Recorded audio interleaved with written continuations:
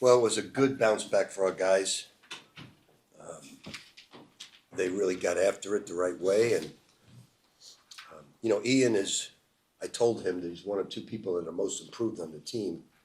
He probably doesn't see it as much as I do because he just wants to score 40 points a game. But he's gotten to become a better defensive player. He's picking up a lot of different things from rebounding and steals and making himself a total player, not just a scorer. And that's what we're trying to do more than anything else because he has the ability. He's long, he's fast, he's intelligent, and he can become the best defensive guard on our team. So he did a tremendous job tonight. I'm real proud of him. Zuby had a triple double, which is incredible for a five-man on your team to get 10 assists. But he is the team leader in assists. He was very well rested because he took a day off against Connecticut. Start with questions for Zuby or Ian. Go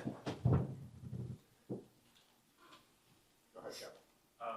Zuby, you ever had a triple double before? In organized basketball, no, probably not. Just what was it like, especially against those final two possessions that you really came offensively, seeing those baskets go in that got you the triple double? I'm guessing you knew you were close and you wanted it. Absolutely, and Coach put me aside and told me about it too. So there's no way I was gonna forget. But the last two possessions, I was just playing within the flow of the offense. Me at the top of the key, and just spraying it out. I have great teammates that could shoot the ball really well, and I think one was Deku and the other was Josan to just clinch it, and it was a really special moment. That's what you're telling me to shoot? Yeah, I've been telling him to shoot it. He wanna. I ain't even go. You had to tell him? I didn't have to tell him much, but. Zuby, you've obviously been here 3 years, ups and downs, just kind of been here for this whole process. Just what have these 3 years meant to you? What has it kind of meant to you to become such a leader of this team? He's meant everything. I felt like I became a man in this program, and Coach Pitino for the last 3 years now has been just guiding me through this whole process. Not just with the game of basketball, but just life in general. Way down the line, and I'm really blessed to be able to put on this jersey. Each and every night. Playing in Madison Square Garden, calling at your home court, and just putting on a performance like this, in front of the best fans in the country, and it means everything to just have this type of performance, especially with my family in the crowd as well. Zuby, when Coach Willard was in here, he was sort of talking about his time as an assistant coach with Coach Pitino and described his intensity and the way that he does things. And he said that in you, Coach Pitino has a perfect match in a player. Can you sort of describe the dynamic between you and Coach Pitino and maybe how you have been shaped by him? It's a great relationship. He gets on my butt as much as he would get on like a guy like Lefty or Fotis or anybody else on the team.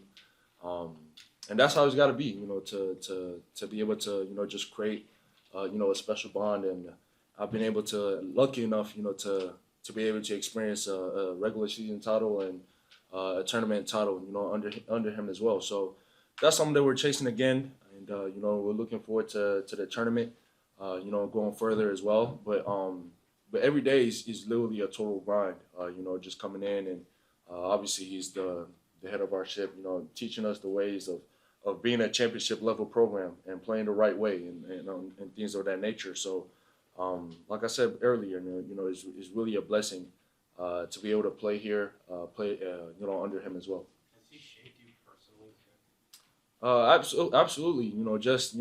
The way he carries himself, every single day, his passion for basketball as well, just coming in every single day, being energetic, being loud, and being who he is, and you can see, what, this game means to him. And like I said, not just, just the basketball, but I feel like I literally grew up here, the past 3 years. I remember coming in, so nervous. You know, Coach Pitino, you know, St. John's trying to perform. Made a lot of mistakes. You know, still make a lot of mistakes, but I'm able to play through it. And you know, obviously that's a testament to the amount of work that I put in. You know, from my sophomore year to this point. And you know, it starts with him. Jason and then Zach. Ian, talk about your enthusiasm on defense. Obviously, 5 steals tonight, looked very, very comfortable, as well as sort of liking the position playing defense more. I think for me, it's just having the mentality of just trying to impact winning, you know, and whatever it takes that night, whether it's on defense, on offense, whatever I can do to help us win, is what I'm willing to do. And tonight, defense sparked it for me, getting 5 steals, being active on the ball, being active in the lanes, and it started there, and it made something great happen. Zuby, could you kind of describe the emotions from Wednesday to today, and what was the coach like in practice the last few days? He was the same person, you know, he's always been. You know, we move on. You know, that wasn't. We understood that. You know, we didn't bring it, especially effort-wise on both sides of the ball, and we understood that. And that's something that I'm telling the guys that it can't happen. It can't repeat itself. And we came into practice the next day. Competed at a high level. And that's just a game that you just learn. You learn from it, and move on. And the response is a lot more important. That's what he was saying, and that's what I was saying as well. That's what I was telling the guys is championship level teams respond in a positive way, and I think that's exactly what we did tonight. Just setting the tone in the first half, and then just playing through. Ian did a really great job, especially just applying the pressure, 5 steals, and just getting us out in transition. Because I think that when we're in transition, we're a really tough team to beat. Rick, what went into the white suit that changed your mind? Actually, Roger changed my mind when he said that. Do you think the fans will lose confidence? And are you not confident now? Is that why? And I said, geez, I didn't look at it that way. And I thought about it, and I said, you know what? We haven't lost in it. Let me do it. Sure, that was a major factor in the game. So was it your friends all wearing them? Yeah, they all planned it 3 weeks ago, and I told them, guys, put it aside. I'm not gonna wear it. And then I texted them all. I said, bring it up, bring it on. We're gonna wear it. Did you like the way the crowd responded when you came out wearing it? I didn't notice it, Roger. To be honest with you. You didn't notice the standing ovation? Oh, I didn't. I did not, because I took a picture with those coffee guys, and I didn't notice it. But that's very nice of them. Coach, can you talk about the defensive end of the floor tonight for you guys? I know offensively, obviously, putting up 89 points is obviously great. Defensively, to hold them to 30% three-point shooting and also forcing 16 turnovers. And not turning it over ourselves. We played a great game, but it's crucial that you want to see how a team responds from a terrible game.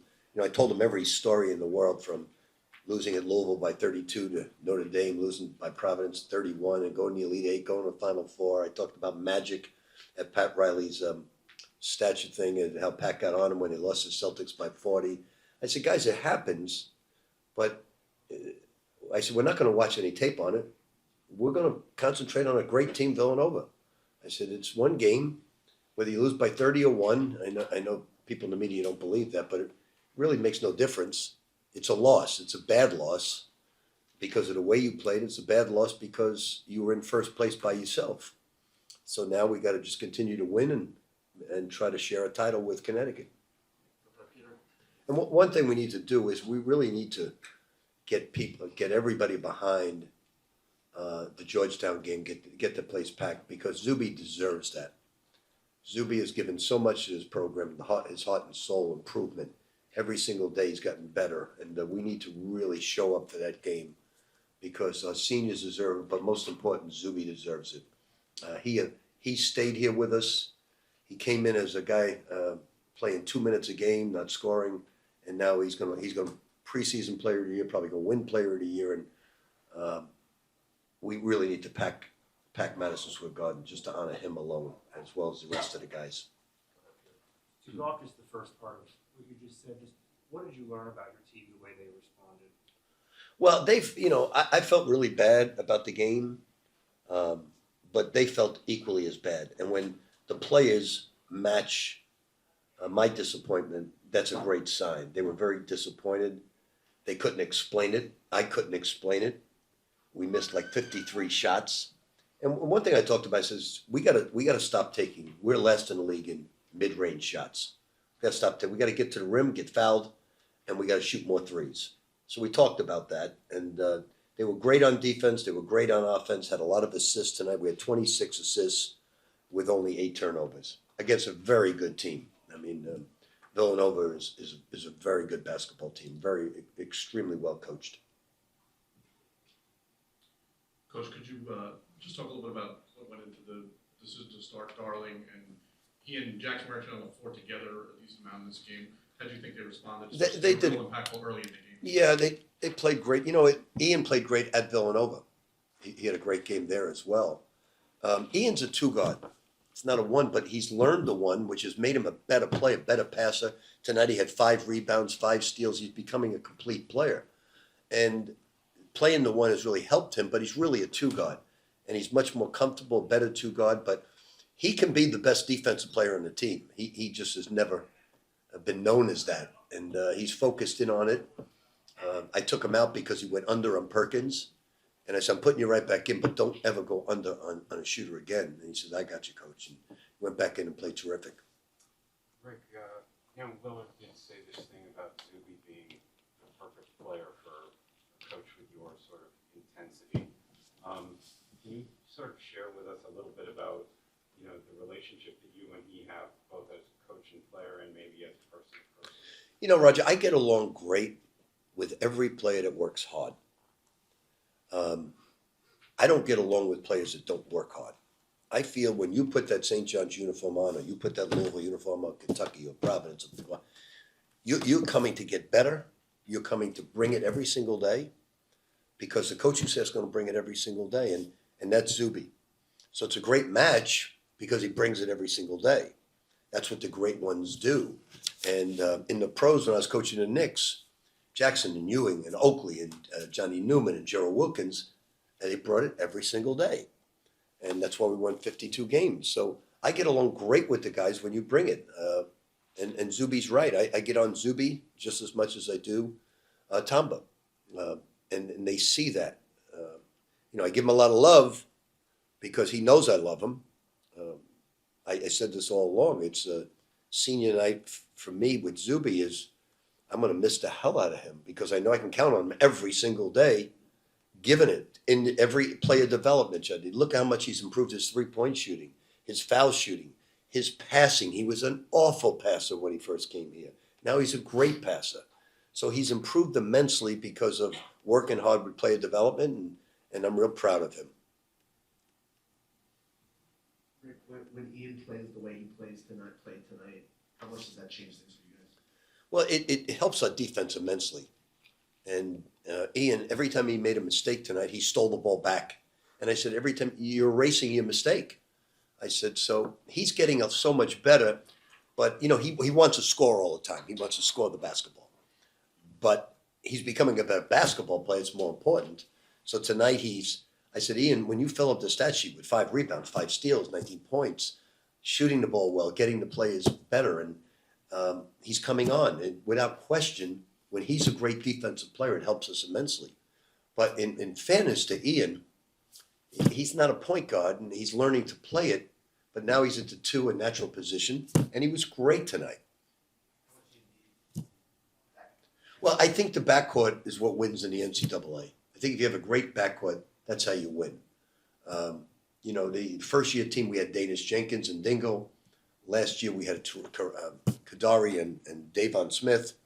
And they're great backcourt players. If we can keep improving there, we'll be tough. I think excuse me, I'll get out of here in a second. I think what you have to look back on is where we were 4 years ago and where we are today. I think that's the most important thing. Sold out Madison Square Garden. You couldn't find St. John's with a search warrant. And now these guys come in here, 3 different teams.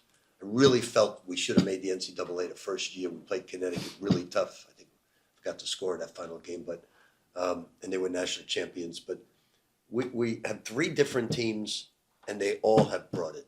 We won the championship last year. We won the Big East tournament. We're fighting for a championship now. So I think sometimes when you lose, the world's coming to an end. No, it's not. You saw what great players do when they have a bad loss. They come, they bring it, and now they have a great win. So that's pure class, in my eyes, pure class. No hanging their heads. Let's get to work. That game's over. And this program, I think we all got to remind ourselves where it was 4 years ago. And these players, especially Tuesday night, deserve a lot of credit. A young man, Zuby, when he walks out there, never once considered going to another school. His father, and I'll leave you with this, said to me, somebody offered us double of what you're paying him. And I didn't get a chance to respond to even ask him what the amount of money was. He said, but we would never go anywhere. We're with you, Coach P. And that in itself, to me, meant the world. So Zuby needs to have a packed house on Tuesday as well as the other guys. Thank you for your coverage. See you later.